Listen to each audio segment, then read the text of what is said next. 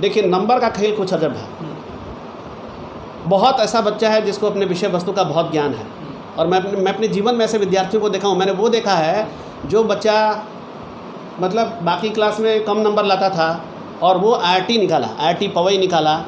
एक भाई उसका रुड़की में चला गया, एक लड़का IIT कानपुर चला। मैंने बच्चों को देखा है। मैं आपको उस बच्चे को बता दूं जिस स्टेशन से, जो इसी बक्सर स्टेशन से निराश होकर लौट रहा था और मेरे साथ गया, पटना में रहा और वो देव मुखर्जी के यहाँ पढ़ा और IIT खड़गपुर निकाला। अंकों का प्राप्त होना, कभी कभी क्या होता है कि बहुत ऐसे बच्चे जो रटने में बहुत उस्ताद हैं, वो हो सकता है कि रट्टा मार के इम्तहान में इतना नंबर लाए कि उसको गोल्ड मेडल ले जाए। लेकिन यदि किसी बच्चे का अपने सभी विषयों में से किसी विशेष विषय वस्तु में ज़्यादा रुझान है, वो हो सकता है कि कल का वैज्ञानिक हो। लेकिन हमारे यहाँ एक सामाजिक माहौल बड़ा गंदा है। थोड़े से अंकों के हेरफेर में बच्चों के ऊपर इतने दबाव बन जाते हैं और व्यक्तिगत रूप से उसकी पहचान नहीं हो पाती है और उसकी प्रतिभा कहीं ना कहीं दफन हो जाती है। ये बहुत ज़रूरी चीज़ है, उसकी प्रतिभा को पहचानना और उसको आगे बढ़ाना। मैं तो उस विद्यार्थी से भी मिला हूँ और मैंने देखा है कि जो फेल कर गया इंटरमीडिएट में और सारे लोगों ने कहा कि तुम किसी के लायक नहीं हो, और वो नहीं कहा। मेरे से मिला, मैंने कहा कि ज़िंदगी यहीं ख़त्म नहीं हो जाती है, समझ लो ठोकर लगना ही ज़िंदगी की शुरुआत है। और रहा बात इन प्रश्नों के जवाब मुंह से नहीं देने हैं, इन प्रश्नों के जवाब मेहनत से देने और अपने कलम से देने हैं। और उसने दिया। उनके गार्डियन को भी ये आश्चर्य रहा कि ये कैसे संभव रहा। तो सबसे बड़ा बात है, वो कहते हैं ना कि जैसे जब जगता है इंसान तभी सवेरा होता है। तो मानसिकता ये है कि आपकी सोच आपके कार्यक्रम के अनुकूल, आपकी जो सीखना चाहते हैं उसके प्रति कब रुझान आपका निकलता है। और एक और मैं बताना चाहता हूँ, जिस विद्यार्थी का रुझान अपने विषय वस्तु के प्रति, अपने कैरियर के प्रति पैदा हो जाएगा, जिम्मेवारी पैदा हो जाएगी, उसमें गार्जियन और शिक्षकों का रोल सिर्फ दिशा निर्देश करा जाएगा। हासिल तो अपने मुकाम को खुद कर लेगा। एक छोटा सा टिप्पणी चाहेंगे, शिक्षा आज के समय में, आज के वर्तमान परिवेश में शिक्षा केवल नौकरी पाने की एक ज़रूरत बन गई है। कहाँ तक जायज़ है? ये जायज़ नहीं है। नतीजा ये है कि सिर्फ नौकरी परक शिक्षा पाने के बाद आप ये देख लीजिए कि आने वाले उच्च शिक्षण संस्थानों में शिक्षकों की बेहतरीन कमी हो गई है। बेहतरीन कमी का मतलब ये हो गया कि तादाद में शिक्षक रहे नहीं। आप जितने विश्वविद्यालय हैं उनमें इतनी वैकेंसियाँ हो चुकी हैं, और सही मायने में यदि इंटरव्यू हो यदि अच्छे तरीके से ना, तो आपको शिक्षक मिलेंगे नहीं। मेरा एक सपना है कि यहाँ एकेडमिशियन पैदा हो। ये विश्वामित्र की धरती है, तो जिस विश्वामित्र की धरती पर पूरा देश राजनीति करता है, पूरे बक्सर के हमारे प्रतिनिधि जो उनका राजनीतिक मुद्दा रहा है, और वहाँ उस बक्सर के उस राजनीतिक मुद्दे का जो अस्तित्व है, जो शिक्षा स्थली रही है, महर्षि विश्वामित्र का नाम लिया जाता है, इतने ऋषि मुनियों का आश्रम का नाम लिया जाता है। लोग कहते हैं ये वामनाश्रम है, सिद्धाश्रम है। तो किस बात के लिए था भाई? यहाँ पर सिद्धस्थल था, लोग तपस्या करते थे ना, योग करते थे, तपस्या करते थे, सीखते थे, दुनिया में ज्ञान का संचार करने के लिए सीखते थे। तो उस अस्तित्व को पाना जरूरी है, और उसके लिए मैं सबसे कहता हूँ, हमसे जितना सहयोग है मैं करूँगा। और मैं सबसे आग्रह करता हूँ कि हम सभी बक्सर वासियों को चाहिए कि हमारा नाम किसी और चीज़ में ना आए, शिक्षार्थियों में आए, ऐसे आए जहाँ विद्वत जन पैदा होते हैं। तब हम कह सकें कि हम महर्षि विश्वामित्र के कुनबे वाले हैं। नमस्कार, स्वागत है, आप देख रहे हैं बक्सर ऑनलाइन न्यूज़ और मैं हूँ आपके साथ गुलशन सिंह। आज व्यक्तित्व की श्रृंखला में आज फिर से हम एक ऐसे शख्स से आपको मिलवाने जा रहे हैं, रूबरू कराने जा रहे हैं, जो कि शिक्षा के क्षेत्र में काफ़ी समय से अलख जगा रहे हैं। अभी हम लोग मौजूद हैं जिला मुख्यालय के अर्जुनपुर गांव के करीब में, जहां पर स्थित है हेरिटेज सीनियर सेकेंडरी स्कूल, और हमारे साथ बातचीत करने के लिए जुड़ चुके हैं हेरिटेज सीनियर सेकेंडरी स्कूल के निदेशक डायरेक्टर हैं प्रदीप पाठक सर, जो कि काफ़ी समय से, लंबे समय से बच्चों के बीच में रहे हैं। और कहा जाता है कि जहाँ विद्यार्थी भाग्य विधाता, देश के भाग्य विधाता कहलाते हैं, वहीं पर गुरु जो हैं वो भविष्य निर्माता कहलाते हैं। तो इसी कहावत को चरितार्थ करने के लिए लंबे अरसे से शिक्षा के क्षेत्र में कार्य कर रहे हैं, जिनका नाम प्रदीप पाठक जी है। और आज हम लोग इनसे मिलेंगे, बहुत सारे क्वेश्चन करेंगे और सभी बिंदुओं पर हम लोग सवालों पर जवाब इनसे जानने की कोशिश करेंगे। सबसे पहले तो हम आपको अपने चैनल में स्वागत करते हैं सर। जी स्वागत है। और मेरे विद्यालय में मैं डॉक्टर प्रदीप पाठक विश्वविद्यालय के निदेशक होने के नाते आपके न्यूज़ चैनल का बहुत बहुत स्वागत है। बात करें यदि आपकी, तो कब से शिक्षा के क्षेत्र में आप अपना योगदान दे रहे हैं? जहाँ तक मेरी बात की जाए तो कलम से लगाव मेरा बचपन से ही रहा है और मैं बहुत जब छोटे कक्षाओं में भी पढ़ा करता था तो मैं अपने उम्र के और अपने क्लास के विद्यार्थियों के अतिरिक्त भी गणित वगैरह के प्रश्न और अन्य कुछ ऐसे विषय थे जिनके प्रश्न जो है अपने से ऊपर क्लास के बच्चों का भी मैं किया करता था। ये मेरा शौक़ रहा है, मतलब शुरू से बचपन से ही ये लगाव रहा है पढ़ने और पढ़ाने का। जब मैं क्लास 5 वगैरह का विद्यार्थी था उस समय भी था, और कोई भी ऐसे चैलेंजिंग मैथमेटिक्स के सवाल आया करते थे तो मेरे पिताजी के सहयोग से या लोगों के सहयोग से मुझे मिला करता था और मैं उनकी उस चुनौती का सामना करते हुए उनको हल करने का प्रयास करता था और हल कर लेता था। तो ये मुझे मेरे पिताजी भी गणितज्ञ रहे, मेरे दादाजी भी गणितज्ञ रहे, तो ये मुझे आनुवंशिकी रूप से मिला है। मेरे नाना जी बहुत अच्छे शिक्षाविद थे, तो एक पारिवारिक माहौल था। पूर्ण रूप से किस वर्ष में आप इस क्षेत्र में काम करने लगे? वैसे तो जब मैं बीएससी करता था तभी मैं पढ़ाता था इंटरमीडिएट के बच्चों को। इंटरमीडिएट पास करने के बाद भी मैं पढ़ाना स्टार्ट कर दिया था, लेकिन अपनी पढ़ाई के साथ साथ कुछ बच्चों को पढ़ाया करता था। 2000 से सन 2000 में मैंने ऑफिशियली जो है नियमित रूप से बाकी बच्चों को पढ़ाया। मैंने इंटरमीडिएट और बीएससी के बच्चों को पढ़ाया, बीएससी में मैथमेटिक्स के बच्चों को पढ़ाया और इंटरमीडिएट में मैंने केमिस्ट्री और मैथमेटिक्स पढ़ाया।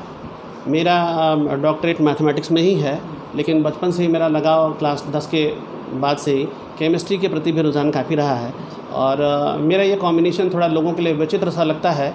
जब मैं किसी से कहता था उस समय मैं ये आज कहता हूँ कि मैं केमिस्ट्री और मैथमेटिक्स पढ़ाता हूँ, क्योंकि प्राय जो लोग पढ़ाते हैं वो फिजिक्स और मैथमेटिक्स के कॉम्बिनेशन मिला करते हैं। तो थोड़ा सा लोगों के लिए मेरा कॉम्बिनेशन पेक्युलियर था कि मैं केमिस्ट्री और मैथमेटिक्स पढ़ाता हूँ। अच्छा, अभी जिस विद्यालय में, जिस विद्या के मंदिर में हम लोग अभी यहाँ पर बैठे हैं, हेरिटेज स्कूल, इतना बड़ा भवन, विद्या का मंदिर इतना बड़ा, इसमें बनाने के पीछे आपका क्या उद्देश्य रहा और इसमें किसका किसका सहयोग आपको प्राप्त हुआ? मैं निश्चित तौर पे आपको बता दूं, एक बात को बहुत स्पष्ट रूप से बताना चाहता हूं कि ये मेरा कोई व्यक्तिगत विद्यालय नहीं रहा। मैं इसे व्यक्तिगत विद्यालय नहीं मानता हूं। कोई भी विद्यालय किसी का व्यक्तिगत नहीं होता है, बहुत सारे लोगों का सोच होता है। ये विद्यालय भी ऐसा ही है। इसीलिए किसी तरह की बात होती है तो मैं उसमें लिखता हूँ कि आपका हेरिटेज स्कूल, क्योंकि वो तमाम लोग हैं जिनका विश्वास मेरे प्रति रहा, जिनकी सोच रही और उस सोच की दिशा में मैंने कुछ करने का प्रयास किया। मैं नहीं जानता था कि मैं इस जगह पर आ पाऊँगा और मैं उनके सोच के अनुकूल काम करते हुए एक ऐसे विद्यालय की स्थापना कर पाऊँगा, ये मैंने कभी सोचा नहीं था। हाँ, लेकिन ये ज़रूर था कि उनके उस तरह के जो विश्वास मेरे ऊपर थे, उस विश्वास की दिशा में मैंने काम करने का प्रयास किया। मैंने सोचा कि जरा करके देखते हैं कहाँ तक पहुँचते हैं। अच्छा, क्योंकि हमारे बक्सर ज़िला में सबसे अधिक, यदि जिला मुख्यालय में भी बात करें तो ग्रामीण क्षेत्र के ही लोग जो हैं यहाँ पर बच्चों को पढ़ाने के उद्देश्य से किराए पर, रेंट पर घर मकान लेकर के रह रहे हैं। बहुत सारे विद्यालय हैं, निजी विद्यालय खुले हैं। हेरिटेज स्कूल में क्या कुछ खास व्यवस्थाएं हैं, क्या सुविधाएं हैं जिसको लेकर के जो लोग हैं यहाँ पर एडमिशन कराने के लिए आते हैं? मैं आपको बता दूं कि इस विद्यालय का मिशन और विज़न जिस समय खोला गया उसी समय तय था। मैं 2000 से लेके और उसके पहले से भी मैं लगातार बच्चों के बीच में गणित और रसायन विज्ञान की शिक्षा प्रदान करता रहा। उस दौरान बच्चों को पढ़ाते वक्त मुझे बहुत सारी चीज़ें समझ में आई और उसी दौरान मैंने अपने क्लास में अपने बच्चों से कहा कि आने वाले समय में हो सकता है कि कुछ ऐसी कमियां जो मुझे दिख रही हैं उनको पूरा करने के लिए मैं एक छोटे से विद्यालय की स्थापना करूंगा। रहा ये बात कि शहरी बच्चे थोड़ा शहरी माहौल में बहुत सारी चीज़ें सीखे हुए रहते हैं, तो कई ऐसी चीज़ों को ऑब्ज़र्व करते हैं अपने समाज में, अपने सोसाइटी में, देख के वो समझ जाते हैं। और ग्रामीण क्षेत्र के बच्चों को बहुत सारी चीज़ों से मुलाकात नहीं होने के चलते उनकी वो अनभिज्ञ रहते हैं। मसला ये होता है कि जो चीज़ें बहुत अच्छी हैं सिर्फ उसी को अच्छे करने में कोई बहादुरी नहीं है। बहादुरी तो तब है जो चीज़ें बुरी हैं, जो चीज़ें जिनमें कमी है, और उनको कमियों को दूर करते हुए यदि एक अच्छे विद्यार्थी को हम लोग समाज में आगे बढ़ाते हैं तो मेरा समझना है कि ये बहुत ज़रूरी है। किसी भी विद्यार्थी को ये कह देना कि तुम कमज़ोर विद्यार्थी हो, तुमसे कुछ नहीं हो सकता, मुझे ये उचित नहीं लगता है। मुझे लगता है कि जो भी विद्यार्थी नियमित रूप से मेहनत करता है, लगन रखता है और अपने समय का प्रबंधन करते हुए आगे बढ़ता है, सफलता उसे हासिल होती है। मेरा ये भी मानना है कि विलक्षण प्रतिभा के कुछ लोग हुआ करते हैं, लेकिन सारे लोग नहीं हुआ करते। समय के आलोक में जो लोग मेहनत करते हैं, समय के साथ जो मेहनत करते हैं, जो लगाव रखते हैं, जो लगन से पढ़ाई करते हैं, उनको सफलताएं मिलती है। और बहुत सामान्य सा व्यक्ति, बहुत सामान्य सा बच्चा भी सतत प्रयास करते हुए सफलता को हासिल करता है। और ऐसे भी बच्चे हैं जो थोड़े बहुत कुशाग्र हैं उनकी अपेक्षा, लेकिन नियमित रूप से मेहनत नहीं करते हैं, समय का प्रबंधन नहीं कर पाते हैं, तो शायद उनको सफलता हासिल नहीं हो पाती है। इसके पीछे दोषी कौन है? क्या माता पिता भी थे? देखिए, व्यक्तिगत रूप से सीधे तौर पे मैं माता पिता को ही दोषी नहीं कहूँगा, लेकिन कहीं ना कहीं जिम्मेवारियाँ पारिवारिक होती ही होती है। अब रहा बात कि माता पिता कितने शिक्षित हैं, परिवार के कौन से लोग शिक्षित हैं, कौन लोग ध्यान रखते हैं, लेकिन सिर्फ और माता पिता, हो सकता है कि मान लीजिए माता और पिता में माता शिक्षित नहीं हो, पिता बेचारा बहुत कार्य करता हो, कार्य करके धन जुटाता हो अपने परिवार को पालने पोसने का, और उसके परिवार में अन्य लोग हों, यदि वो सक्षम हैं, वो भी देख नहीं पाते हैं अपने बच्चे को, उनके बच्चे को, तो इसका मतलब उसके बच्चे को अपना बच्चा नहीं समझते हैं और इसलिए देखभाल नहीं कर पाते, और वो संसाधन जुटाने में लगा रहता है और उसके बच्चे को सफलता नहीं मिल पाती है। बच्चा सही दिशा में नहीं जा पाता है या घर पे आने पर वो माहौल नहीं मिल पाता है, तो इसमें पारिवारिक रूप से भी दोष हो सकता है। ये सिर्फ कह पाना कि हाँ, यह अलग बात है कि उसके जनक जो है माता पिता हैं, तो सीधे तौर पर लोग कहा करते हैं कि तुम्हारे माता पिता, ये तो किसी के भी साथ होता है कि यदि ऐसा भी कोई दोष होता है तो सीधे लोग एक बात कहते हैं कि आपके माता पिता आपका ध्यान नहीं रखते, आपके माता पिता आपको नहीं समझते हैं कि आप कहाँ जाते हैं, कहाँ रहते हैं, किन दोस्तों के साथ रहते हैं। तो उचित माहौल बनाना, एक पारिवारिक माहौल बनाना, ये ज़रूरी है, परिवार के हर सदस्य की जिम्मेदारी है, सिर्फ यही नहीं कि माता पिता की। यदि माता पिता की बात करें तो इसका मतलब वो एक ऐसा परिवार है जो एकल परिवार है नहीं, जो कि विलगित परिवार है जिसमें माता पिता और उसके पुत्र ही आते हैं, बाकी लोगों के संबंध सिर्फ गिनने के लिए हैं, उनका कोई उसके परिवार में और समाज में उनका कोई रोल नहीं रहा। अच्छा सर, कोरोना काल के दौर में देश की सभी व्यवस्थाएं चरमरा गई थी, उसमें उसके जद में शिक्षा भी आया था। उस दौरान 2 सालों तक स्कूल जो है वो बंद रहीं, फिर से पुनः खुली हैं। अभी किस दौर से आप लोग गुजर रहे हैं? क्या कुछ प्रभाव है कोरोना का भी? शिक्षा जगत के लिए कोरोना का काल तो बहुत ही मुश्किल का समय रहा है, बहुत मुश्किल का समय रहा है। जितना प्राइवेट स्कूल के शिक्षक प्रबंधन ने जिन चुनौतियों का सामना किया है, नज़दीक से शायद कोई आके झांक के देखता, उसके दुख दर्द को समझता तो उसको आंसू निकल जाते। पूरे कोरोना काल में तमाम चुनौतियों के बावजूद भी, जबकि मालूम है कि प्राइवेट स्कूल के जितने भी शिक्षक हैं, जो प्रबंधन हैं, जो लोग हैं, जो 4th ग्रेड के कर्मचारी हैं, वो सारे लोग इसके फी पर आश्रित हैं, जो इनसे मिलता है उनसे उनका घर चलता है। सरकारी विद्यालयों के शिक्षकों को सरकार ने पैसे दिए, लेकिन स्कूलों को मूल रूप से अभिभावकों की तरफ से ऐसा कोई सहयोग नहीं मिला।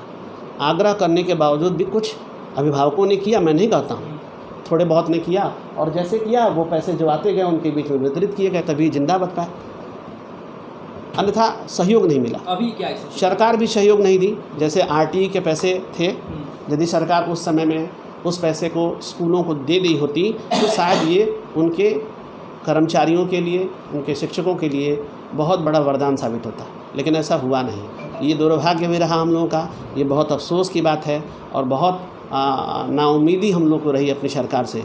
और सरकार तो सरकार है, लेकिन फिर भी हम लोग सरकार से आग्रह करते हैं कि ऐसी परिस्थितियों में सरकार को हम लोग को सहयोग करना चाहिए। अभी क्या स्थिति है? अभी की स्थिति में कोरोना के बाद बहुत सारे बच्चे इधर उधर चले गए थे। कई लोगों ने बहुत सारे फीस न जमा करने के चलते बच्चों को नियमित नहीं किया, ठीक है। तो धीरे धीरे सब कुछ सुचारू रूप से हो रही हैं। हमारे सम्माननीय अभिभावक धीरे धीरे अपना सहयोग, मैं ये नहीं कहता हूँ, उनमें से बहुत सारे अभिभावकों के साथ भी बहुत मजबूरियाँ रही हैं, ऐसा नहीं है। उन अभिभावकों में से वो लोग भी हैं, लेकिन जो सक्षम थे, जिनके साथ मजबूरियाँ नहीं थी, उन्होंने भी सहयोग नहीं किया। शायद थोड़े से लोगों ने थोड़ा सहयोग किया होता तो शायद इतनी मुश्किल नहीं आई होती, एक साथ हाथ में हाथ मिला के हम लोग आगे बढ़ गए होते। अच्छा, लंबे समय से शिक्षा के क्षेत्र में आप काम कर रहे हैं, एक शिक्षाविद होने के नाते निजी स्कूलों के हित में कुछ मांगे होंगी आप लोगों की जो आप सरकार से रखना चाहते हैं? निजी स्कूलों के हित में हमारी मांगे ये हैं कि सबसे पहले तो जो RTE के तहत बच्चों को शिक्षा दी जा रही है, मुझे लगता है कि तमाम सभी प्राइवेट स्कूलों में बच्चे RTE के पढ़ रहे हैं, जो अफिलिएटेड हैं CBSE से, जो बिहार सरकार से ही सिर्फ अफिलिएटेड हैं, सारे स्कूलों में लगभग ने अपने जो स्ट्रेंथ है उसके अनुकूल जो है 25% बच्चों को पढ़ाने का काम किया है। उन चीज़ों को नियमित करना ज़रूरी है। जो उसके अगेंस्ट में सरकार के द्वारा राशि मिलनी है वो स्कूलों को मिलनी चाहिए। उससे स्कूलों का मनोबल भी बढ़ेगा और शायद ऐसे कार्यक्रमों में सरकार को और भी बढ़ चढ़ के सहयोग कर पाएंगे, क्योंकि कोविड के समय में भी जितने भी प्राइवेट स्कूल हैं क्वारंटाइन सेंटर बनाने के कार्यक्रम में सरकार को मदद किए, सहयोग किए। और बिल्कुल ये हर समय प्राइवेट स्कूल जो होते हैं सरकार के साथ हैं, सरकार के किसी भी कार्यक्रम को लागू करने के लिए आगे आते हैं। जो सरकार के द्वारा जितने भी कार्यक्रम शिक्षा के लिए कराए जाते हैं उनमें सहयोग करते हैं, उनमें बढ़ चढ़ के हिस्सा लेते हैं। अभी हमारे स्कूल ने जो सरकार ने डिजिपेक्स का प्रोग्राम कराया था, जिसमें फिलाटेली का प्रोग्राम था पोस्टल डिपार्टमेंट का, हमारे बच्चों ने रामरेखा घाट पे कार्यक्रम में भाग लिया। महामहिम हमारे राज्यपाल ने वहाँ से संबोधन किया, उन कार्यक्रमों का हिस्सा बने और उन कार्यक्रमों का हिस्सा बनते हुए हमको लगता है कि राष्ट्रीय नहीं राज्य स्तर पर उन्हें पुरस्कृत भी किया गया। केंद्रीय विद्यालय के बच्चे इसको पुरस्कृत किया गया। तो ऐसा नहीं, सारे कार्यक्रमों में भाग लेते हैं, लेकिन सरकार की तरफ थोड़ा सा एक चीज़ चाहिए, सरकार को हम लोगों की बातों को भी समझना चाहिए, हमारी सुरक्षा का भी ध्यान रखना चाहिए। कई ऐसी परिस्थितियाँ होती हैं जहाँ थोड़ा सा असहज महसूस करते हैं प्राइवेट स्कूल के लोग, तो वहाँ हम लोग के दुख दर्द को समझना चाहिए।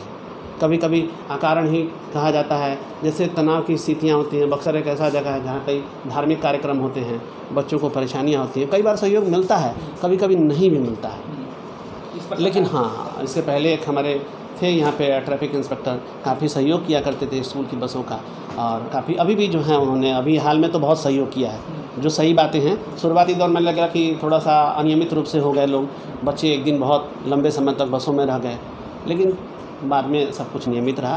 तो हम लोग को ये चाहिए कि इस तरह की सुरक्षाएँ मिले, बच्चों को सहयोग मिले, ऐसा रहता भी है। लेकिन हाँ, वर्तमान समय में गुरु और शिष्य के बीच में फासला बढ़ते जा रहा है। शिक्षाविद होने के नाते क्या कुछ संदेश देना चाहिए? मेरा भी एक अनुभव है, मेरा 20-25 साल का पिछले सीनियर बच्चों को पढ़ाने का अनुभव रहा है और पिछले 10-12 साल से जूनियर बच्चों का स्कूल में भी अनुभव रहा है। एक चीज़ ज़रूर है, थोड़ा सा पारिवारिक माहौल के परिवर्तन करने की आवश्यकता है। पारिवारिक माहौल को परिवर्तित करने की आवश्यकता है। स्कूल के अतिरिक्त बच्चों को घर में भी लोगों को ये उपदेश देना पड़ेगा, ऐसी बातें बतानी पड़ेगी कि गुरु शिष्य परंपरा क्या है, शिक्षा का और शिक्षक का सम्मान क्या होता है। शिक्षा के प्रति रुझान लाना ये बहुत बड़ा चीज़ है। हम लोग बार बार ये प्रयास करते हैं, बार बार अपनी तरफ से ध्यान दिलाना चाहते हैं बच्चों को कि शिक्षक कौन है, शिक्षा क्या है, शिक्षण का अर्थ क्या होता है, विद्यार्थी कौन है। सबसे प्राथमिक चीज़ तो अपनी अपनी पहचान करनी है। शिक्षा, शिक्षण, विद्यार्थी नहीं, इन चीज़ों का ये पहचान करना ज़रूरी है, क्योंकि जब तक नैतिकता का विकास नहीं होगा और जब तक हम अपने पारिवारिक रूप से, सामाजिक रूप से इन बातों को आगे प्रस्तुत नहीं करते हैं, बच्चों तक नहीं पहुंचाते हैं कि शिक्षक का सम्मान करना चाहिए, ठीक है, तो ये जब तक नहीं होता तब तक ये दुराव बढ़ता चला जाएगा। अच्छा, आने वाले दिनों में शिक्षा के क्षेत्र में नए कीर्तिमान स्थापित करने को लेकर के आपके विद्यालय की तरफ से क्या कुछ योजनाएं आने वाली हैं? बिल्कुल योजनाएं आने वाली हैं। मेरे विद्यालय को इस साल से +2 की मान्यता प्राप्त हुई है और मेरा तो यही शुरू से रहा है। मैंने BSc और इंटरमीडिएट के बच्चों को ही पढ़ाया है। मेरा ये ड्रीम प्रोजेक्ट भी था और इस प्रोजेक्ट में एक सबसे बड़े लोग का सहयोग रहा है मेरे बड़े भाई स्वर्गीय दिलीप कुमार पाठक जी। इस विद्यालय की स्थापना में इतने बड़ी बिल्डिंग की जब आपने बात की थी तो मैंने अभी थोड़ी देर पहले कहा था कि मैंने इसको अपने व्यक्तिगत विद्यालय के रूप में कभी देखा नहीं है और कभी देखना भी नहीं चाहता। वो तमाम लोग हैं जिनका नाम भी मैं लेना चाहूँगा, जिनका वैचारिक सहयोग रहा है और जिन्होंने कई ऐसे सपने देखे मेरे साथ मिलकर और मेरे प्रति मेरे साथ मिलकर सपने देखे कि प्रदीप तुमसे ये उम्मीद करते हैं कि शायद इस चीज़ की स्थापना तुम कर सको। जिसमें मेरे बड़े भाई स्वर्गीय दिलीप कुमार पाठक जी थे, मेरे पिता जो कि इस स्कूल के प्रेसिडेंट हैं श्री प्रेम कुमार पाठक जी हैं, मेरी माता हैं, मेरे नाना जी श्री बलराम पांडे जी जो आरा के बड़े शिक्षाविद में से आते थे, जिनके कई विद्यार्थी जैसे doctor TP Singh, doctor Kanhaiya Singh उनके विद्यार्थी रहे हैं। मेरे दादाजी का भी था। लेकिन उसके अतिरिक्त जब स्कूल की स्थापना होने लगी उसमें मैं नाम लेना चाहूँगा कि मेरे साथ मेरे बड़े भाई के कई मित्र रहा करते थे, अभी हैं भी। उन लोगों का आज भी ये रहता है, उन लोगों के आशीर्वाद आज भी मिलते हैं। तमाम उनसे जुड़े लोग ये कि स्कूल ऐसा होना चाहिए, प्रदीप ये चीज़ें होनी चाहिए, ऐसे शिक्षा का विकास होना चाहिए, तो वो हुआ। अच्छा, अभी बताएं आपके यहाँ 12 का भी एप्लीकेशन हो गया है यहाँ पर, तो हमारे यहाँ जो बच्चे मैट्रिक पास करते हैं, चाहे वो CBSE बोर्ड से पास करें या फिर बिहार बोर्ड से, वो सीधे एडमिशन ले लेते हैं MB कॉलेज में या फिर किसी कॉलेज में या फिर प्राइवेट विद्यालय में। और कहा जाता है, ऐसा मतलब चर्चाएँ हैं कि पढ़ाई यहाँ पर ISC का नहीं होता है। इसको लेकर के जो बच्चे हैं वो पटना, कोटा और बनारस चले जाते हैं। तो क्या मैं बाकी लोगों का तो नहीं जानता, लेकिन मैं आपको एक वादा करता हूँ कि हमारे विद्यालय ने इस बार इस कार्य को प्रारंभ किया है। क्लास 12 के बच्चों को पढ़ाने का कार्य प्रारंभ किया है और हमारे यहाँ लगभग फैकल्टी जा चुकी हैं जो काफ़ी अच्छे लोग हैं, इंजीनियर्स भी हैं।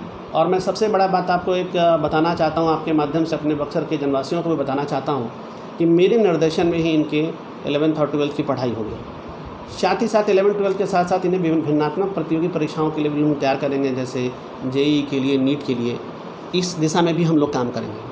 हमारे तमाम ऐसे विद्यार्थी हैं, जैसे मेरा एक विद्यार्थी है जो आपको अभी यूएसए में प्रोफेसर है। मेरे बहुत सारे पढ़ाए हुए विद्यार्थी जो यूएसए में हैं, कई इंजीनियरिंग कॉलेज में प्रोफेसर्स हैं।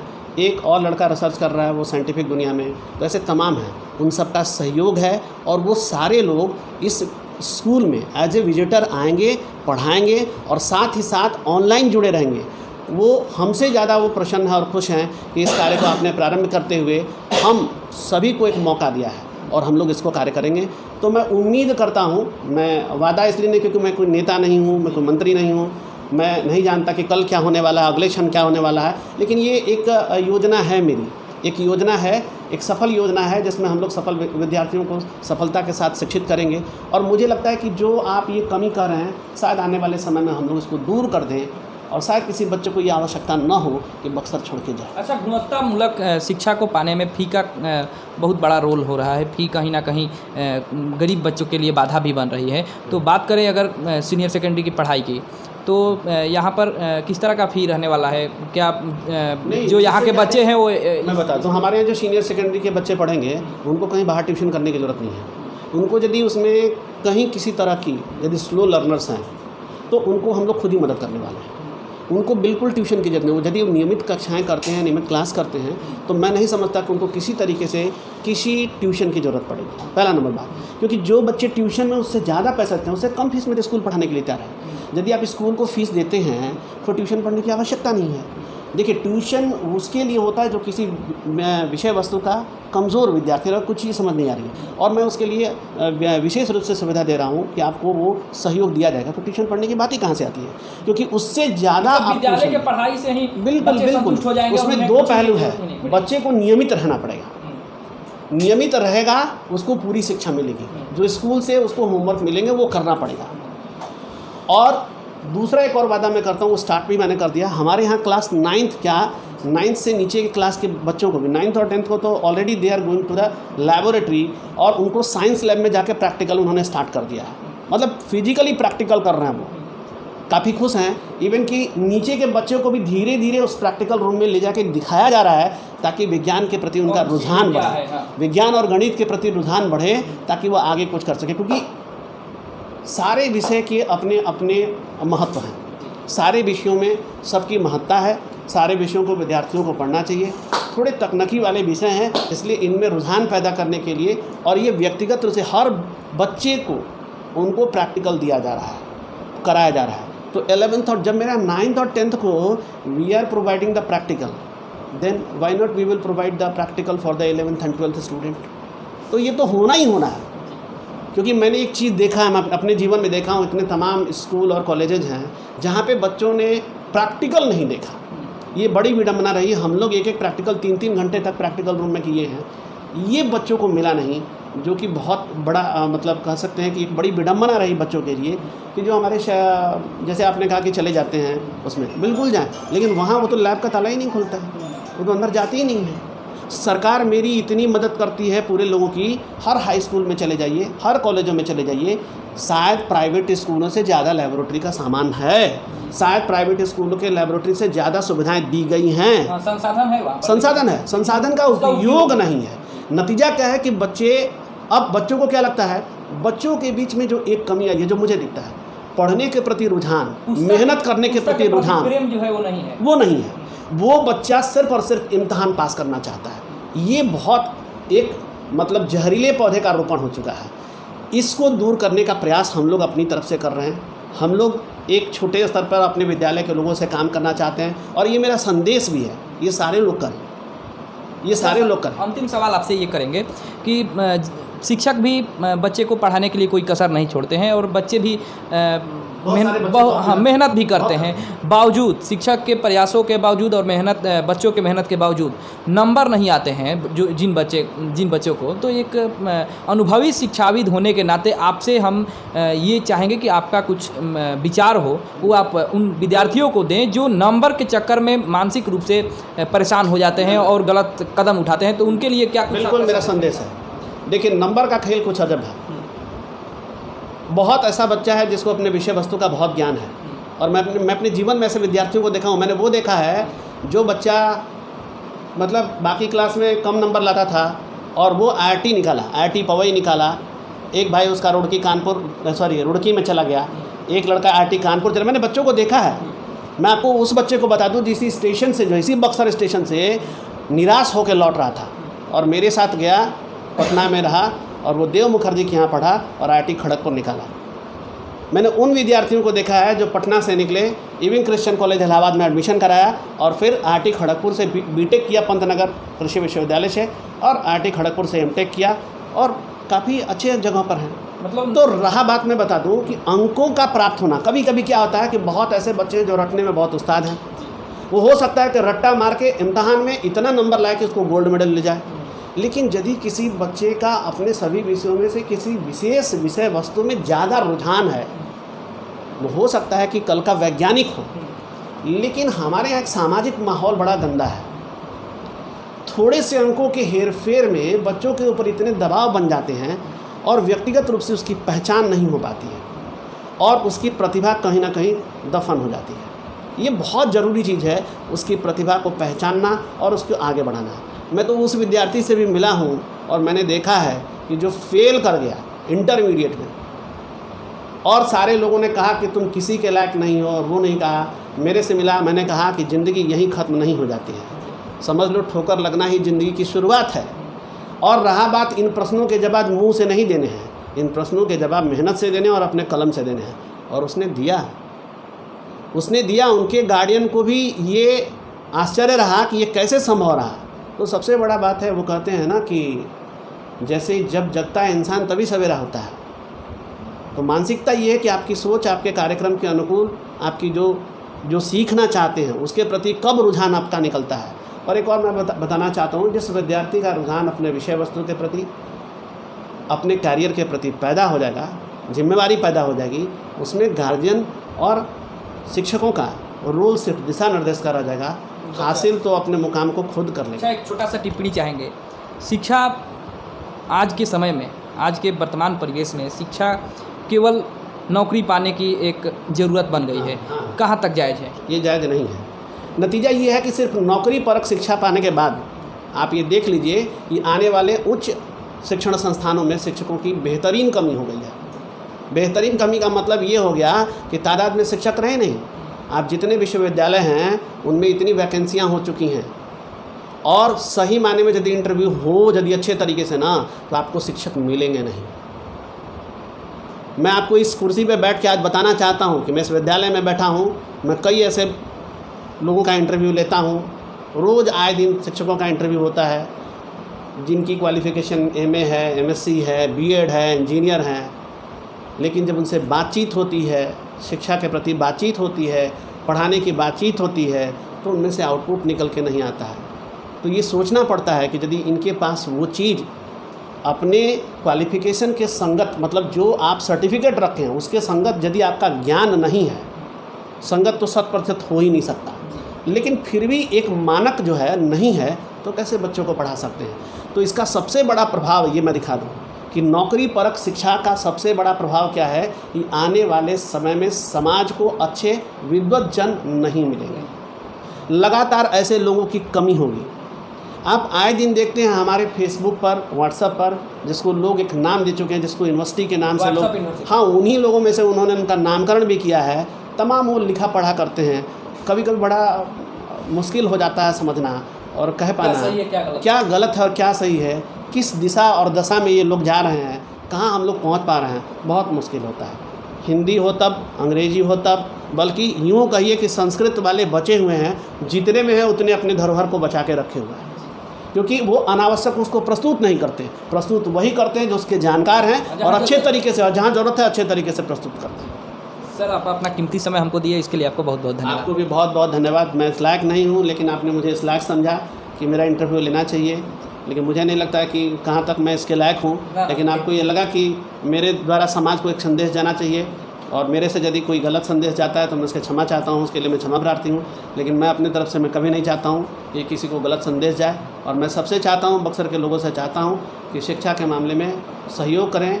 मेरा एक सपना है कि यहाँ एकेडमिशियन पैदा हो। ये विश्वामित्र की धरती है, तो जिस विश्वामित्र की धरती पर पूरा देश राजनीति करता है, पूरे बक्सर के हमारे प्रतिनिधि जो उनका राजनीतिक मुद्दा रहा है, और वहाँ उस बक्सर के उस राजनीतिक मुद्दे का जो अस्तित्व है, जो शिक्षा स्थली रही है, महर्षि विश्वामित्र का नाम दिया जाता है, इतने ऋषि मुनियों का आश्रम का नाम दिया जाता है। लोग कहते हैं ये वामनाश्रम है, सिद्धाश्रम है, तो किस बात के लिए था भाई? यहाँ पर सिद्धस्थल था, लोग तपस्या करते थे ना, योग करते थे, तपस्या करते थे, सीखते थे, दुनिया में ज्ञान का संचार करने के लिए सीखते थे। तो उस अस्तित्व को पाना जरूरी है, और उसके लिए मैं सबसे कहता हूँ, हमसे जितना सहयोग है मैं करूँगा। और मैं सबसे आग्रह करता हूँ कि हम सभी बक्सर वासियों को चाहिए कि हमारा नाम किसी और चीज़ में ना आए, शिक्षार्थियों में आए, ऐसे आए जहाँ विद्वत जन पैदा होते हैं। तब हम कह सकते हैं कि हम महर्षि विश्वामित्र के कुनबे वाले हैं, तब ये हम कह सकते हैं, अन्यथा इस बात का कहना शर्मनाक है। अभी हमारे साथ आप सुन रहे थे जिले के सुप्रसिद्ध शिक्षाविद डॉक्टर प्रदीप पाठक जी, जिन्होंने तमाम सवालों का बेबाकी से जवाब दिया, और इन्होंने बहुत सारे जो विषय हैं उन पर विस्तृत रूप से व्याख्या किया, और इन्होंने साफ तौर पर बताया, उन विद्यार्थियों को संदेश दिया जो विद्यार्थी शिक्षा को ज्ञान के नज़रिए से न देखकर, ज्ञान अर्जित करने के नज़रिए से न देखकर केवल नंबर पाने की, अंक पाने की होड़ में लगे हुए हैं, तो इन्होंने उन विद्यार्थियों के लिए संदेश दिया है कि आप शिक्षा यदि पाने के लिए स्कूल या विद्यालय या कोचिंग में जाते हैं तो वहाँ पर नंबर के लिए ना पढ़ाई करें, बल्कि अपने नौकरी के लिए ना पढ़ाई करें, अपने अंदर ज्ञान की जो खान है, खदान है, उसको बनाने के लिए आप वहाँ पर शिक्षा पाने के लिए जाएं। साथ ही इनका आगे की उद्देश्य और योजना भी इन्होंने बताया कि क्या है। इनका मकसद है कि आने वाले भविष्य में, आने वाले दिनों में बक्सर, जो कि महर्षि विश्वामित्र की तपोस्थली और भगवान श्री रामचंद्र की शिक्षा स्थली कही जाती है, उसको उसी रूप में पुराने जिस प्रकार से बक्सर का ख्याति था कि गुरुकुल यहाँ पर हुआ करते थे, तो इनका आने वाले दिनों में ये प्लानिंग है कि यहाँ पर एक मिशन हो, जिस प्रकार से राजस्थान के कोटा में बच्चे बिहार से और देश के कोने कोने से जाते हैं पढ़ने के लिए, तो ये भी एक शिक्षा का हब बने बक्सर। ये इनका आने वाले दिनों में प्रयास रहेगा और सोच है, और इसके लिए लगातार ये प्रयासरत हैं। बने रहिए हमारे साथ, फिर मिलवाएंगे इसी तरह के व्यक्ति विशेष की श्रृंखला में जिले के सुप्रसिद्ध शिक्षाविद, चिकित्सक, सभी लोगों से। और